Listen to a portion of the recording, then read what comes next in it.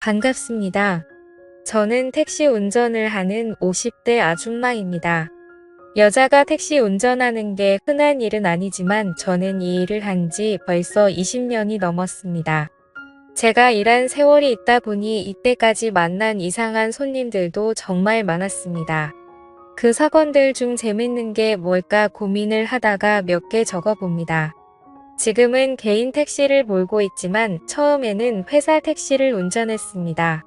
택시 기사님들은 다 아시겠지만 회사 택시는 주간 야간으로 나눠서 운행을 해야 하는데 아무래도 야간에 손님이 더 많아서 산악금을 채우는 데에는 야간이 더 유리합니다.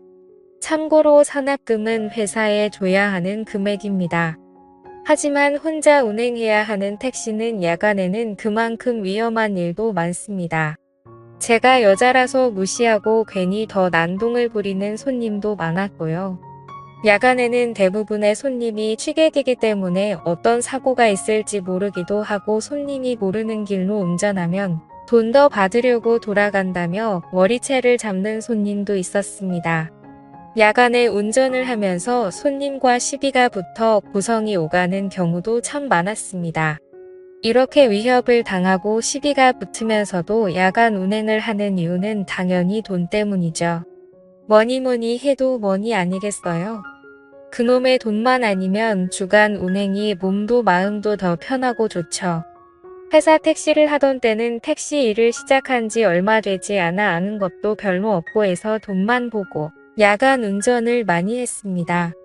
의욕만 앞서서 체력은 생각도 못했던 거죠. 그러다가 너무 힘들어서 잠시 주간 운행으로 바꾼 적도 있었으니까요. 물론 돈이 안 돼서 금방 야간으로 돌아갔지만요.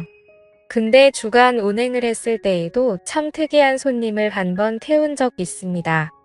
태우기 전에는 몰랐는데 손님이 택시에 탑승하는 순간 술 냄새가 어찌나 진동을 하는지 술통에 빠졌다고 해도 이해가 갈 정도였습니다. 대낮에 얼큰하게 취해서 해롱해롱 거리는 손님을 보고 내리라고 할까 순간 고민도 했지만 이제 와서 내리라고 하기에는 늦은 것 같아 그냥 태웠습니다. 손님 어디까지 가세요? 하고 물어보니 너네 집. 이러는 겁니다. 어찌나 어이가 없던지 다시 손님 어디까지 가세요? 손님 집이 어디신데요? 하고 부르니 버럭 소리를 지르며 내 집도 모르는데 택시 운전으로 돈 벌어먹고 산다며 난동을 부리는 겁니다. 사람이 너무 어이가 없으니 웃음이 나더군요.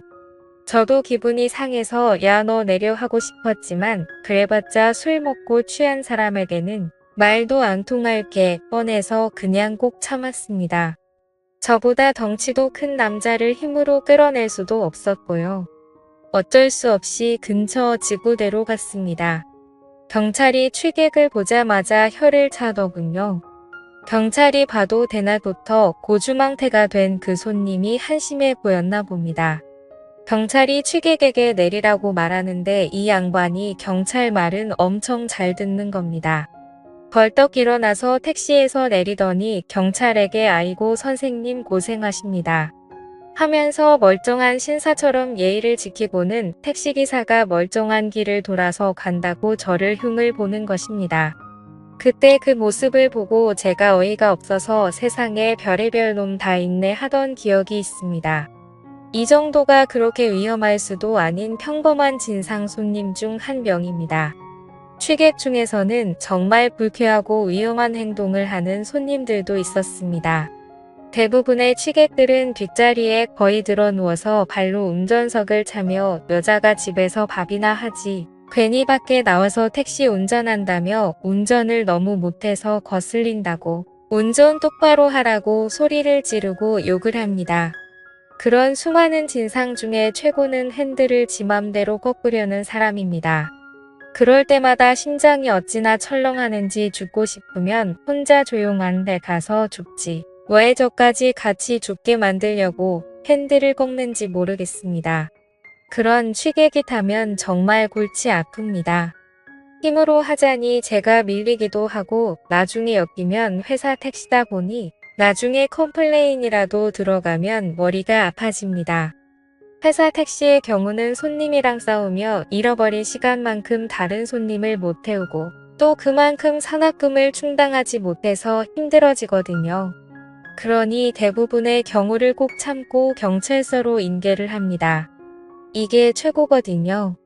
하지만 그 후에는 내가 이런 일을 겪으면서까지 택시를 해야 하나 괜히 울적해져 다른 일을 해볼까 하는 생각도 듭니다.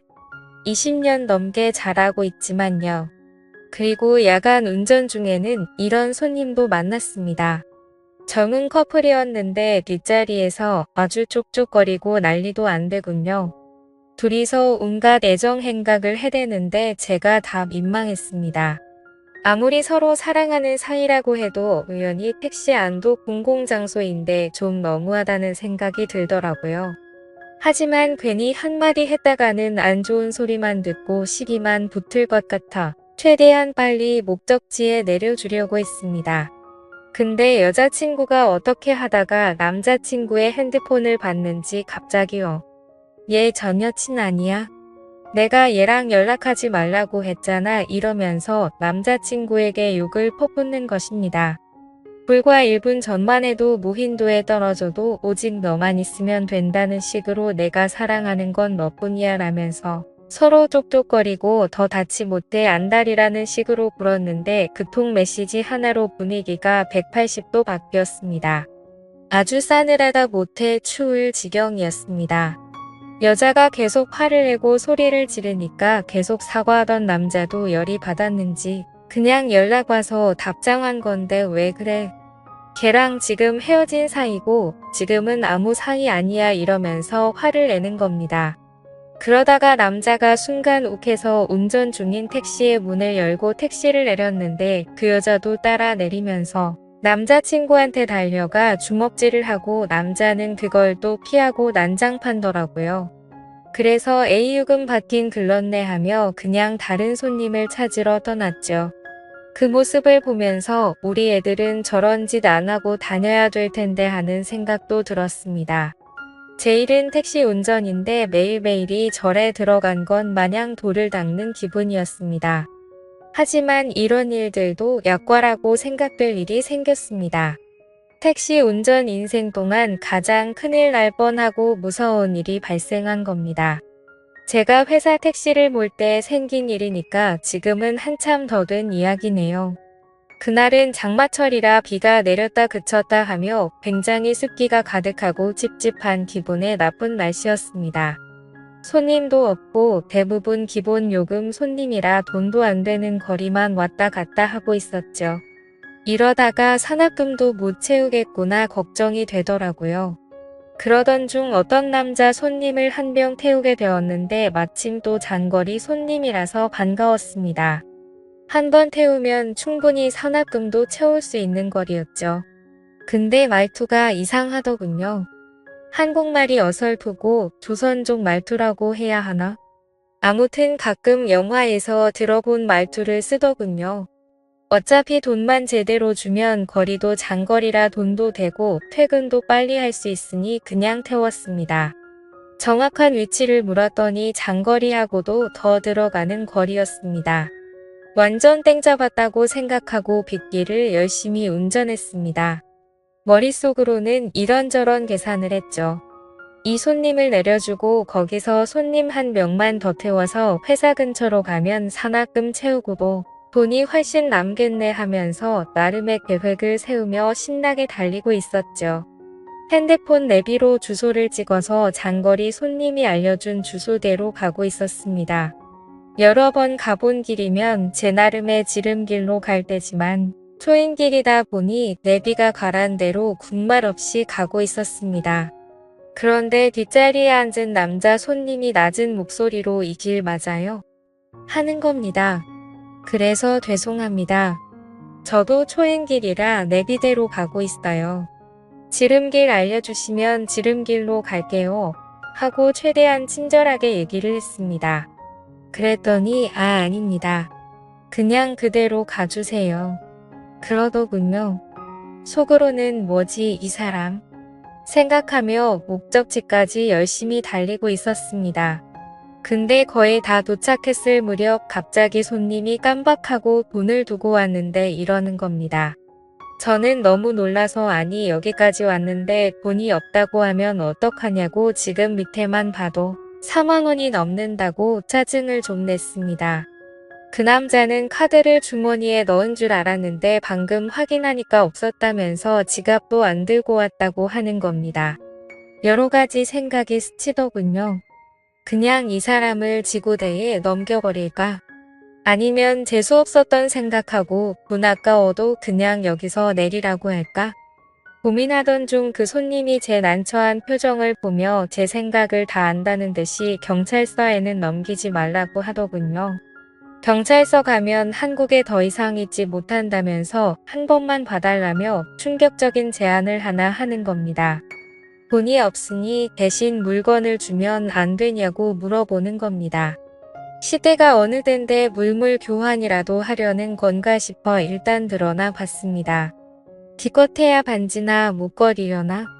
좀 돈 되는 걸 주겠지 생각했습니다. 그랬더니 그 남자가 자기 신발을 벗으면서 이 신발이 비싼 건데 이걸 대신 드릴게요. 이러는 겁니다. 뭐 좋은 메이커 신발이라도 가지고 그러나? 싶어서 신발을 자세히 보니 허름하고 구멍이 나서 다 낡아 떨어진 운동화를 보여주는 겁니다. 황당하고 어이가 없어서 제가 이상한 소리 계속하면 경찰서로 갈 거라고 돈이나 빨리 주시라고 했습니다. 그런데 버팅기면서 계속 신발이며 낡은 가방이며 이걸로 택시비를 대신하면 안 되겠냐고 하더군요. 말하는 투를 들어보니 처음부터 돈 낼 생각이 없었구나 느낌이 팍 오더군요. 그래서 핸들을 꺾어 차를 갓길에 대고 저기요 제가 다른 길은 몰라도 이 근처 경찰서 위치는 다 알고 있거든요. 그냥 이참에 경찰서 가서 콩밥 좀 자시고 아저씨 원래 나라로 돌아가세요. 이렇게 말했습니다. 그랬더니 그 남자는 웃으면서 미안합니다. 내가 사람을 몰라봤네. 지금 친구한테 돈 가져오라고 할게요. 그러더니 어디론가 전화를 걸더니 저한테 주소를 불러주는 겁니다. 자기 아는 사람이 사는 데인데 거기로 가면 택시비 줄 거라면서 말이죠. 이미 미터기는 5만 원이 넘어가고 있었습니다.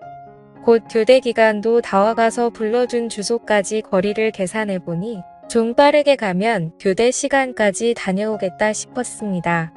5만 원을 그냥 날리기엔 아깝기도 했고 그냥 빨리 다녀와야겠다 생각했습니다. 그 남자가 불러준 주소지로 내비를 찍고 달렸습니다. 솔직히 그때 수상하다는 걸 눈치챘어야 했는데 그놈의 돈이 뭔지 5만 원을 받을 수 있다는 생각에 수상하다는 생각도 못했습니다. 지금 생각해보면 너무 수상한 일인데 말이죠. 비는 계속 내렸다 그쳤다를 반복하고 주소지로 가는데 역 근처에 번화가 근처인 겁니다. 그래서 어디로 가야 되냐고 자세한 길 좀 알려달라고 물어보니 그 젊은 남자는 나이트클럽 쪽으로 안내하더군요. 거기는 아무리 봐도 사람이 사는 곳으론 안 보여서 아저씨 여기 나이트클럽 근처 맞아요? 하고 물어보니까 자기도 처음이라서 모른다는 겁니다. 그래도 일단 가면 친구가 나와서 돈 준다고 했으니까 그냥 계속 가라고 하더군요. 그런데 너무 불안해서 차를 멈추고 아저씨 친구분 전화번호 좀 주세요. 여기 차도 많고 길을 잘못 든 것 같아요. 이 길이 맞는지만 물어볼게요. 했습니다. 그 조선족 남자는 저를 훑어보더니 제 폰으로 전화하세요 이러면서 폰을 건네주는 겁니다. 지금 생각해보면 제가 전화하면 제 핸드폰에 그 번호 기록이 남으니까 자기 폰을 준 것 같습니다. 저는 그때까지도 전혀 의심을 안 하고 있었기 때문에 그냥 그 남자의 휴대폰으로 전화를 걸고 상대가 받기만을 기다렸습니다. 그런데 상대가 전화를 받자마자 저를 휴대폰 주인으로 착각했는지 야 빨리 데려와. 묶어놓을 준비 다 해놨다 하는 겁니다. 그 말을 듣는 순간 이거 뭔가 이상하다 하는 생각이 들었습니다.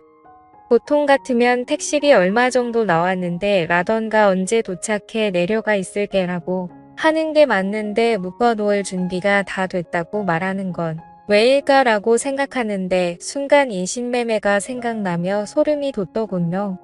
그 무렵쯤에 중국인들이 인신매매를 하려고 사람을 납치해간다 뭐다 하는 소문이 돌기도 했고 여자 혼자 다니다가 납치를 당했다 하는 소문도 종종 돌았거든요. 둘 중에 어떤 거라도 큰일이구나 싶었습니다. 처음부터 나를 납치해서 데려가려고 했구나. 데려가서 무슨 일을 하려는 거지? 생각하다가 일단 티 내면 안 되겠다 싶어서 조용히 전화를 끊었습니다. 뒷좌석에서 남자가 왜 아무 말 안 하고 끊어요 하는 겁니다. 순간적으로 여기서 살아서 집에 가려면 정신 똑바로 차려야 한다고 생각이 들었습니다. 시끄러워서 전화가 잘 안 들리네요 하면서 대충 얼버무리고 나중에 다시 전화해 본다고 하고 스트레칭하는 척하며 머리를 굴렸습니다. 이대로 목적지까지 갔다가는 큰일이 날 것 같은데 어떻게 하면 도망칠 수 있을까 생각했습니다. 그런데 사람이 극한의 긴장감을 갖게 되니까 머리 회전이 빨라지더군요. 갑자기 떠오른 생각에 택시 잔금 바꿔줄 현금이 없다고 잠깐 편의점에 들려서 돈 좀 받고 온다고 했습니다. 그러자 그 남자는 알겠다고 해서 택시를 급히 근처 편의점에 세워서 편의점 안에서 경찰에 전화를 했습니다.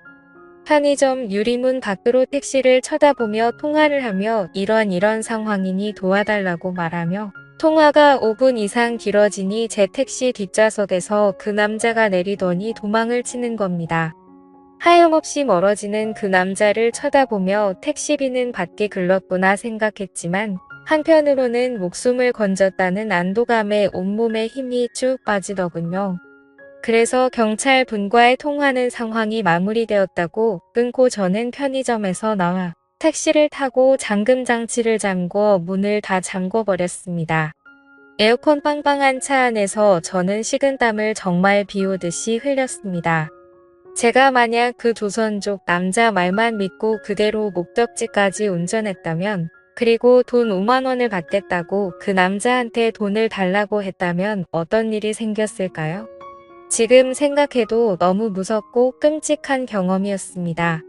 그날 회사에 돌아가 이야기를 동료 기사들에게 했더니 다들 잘 대처했다며 자기들이 겪은 일들을 이야기해 주더군요. 어떤 기사님은 옛날에 현금으로 택시비를 받으려고 했는데 뒷좌석에서 칼을 들이밀며 돈을 뺏어가는 강도를 만나기도 하고 고생하신다며 음료수를 주길래 아무 생각 없이 마셨다가 계속 배가 아파 병원에 간 일도 있었다는 겁니다. 근데 그런 일들보다 제가 겪은 일이 더 무섭다고 하시더군요. 하긴 제가 눈치를 못 챘으면 돈은커녕 제 목숨을 잃었을 수도 있었던 일이니까요. 그 후로는 비가 오는 날 밤에는 혼자서 택시를 잡는 사람은 경계하게 됐습니다. 저도 모르게 트라우마가 생긴 것 같습니다. 세상 살다 보면 이런 일도 있고 저런 일도 있겠지만 저도 나름 별의별 일을 겪었다고 생각하며 이렇게 사연을 보내봅니다. 제 이야기들을 끝까지 들어주셔서 감사합니다.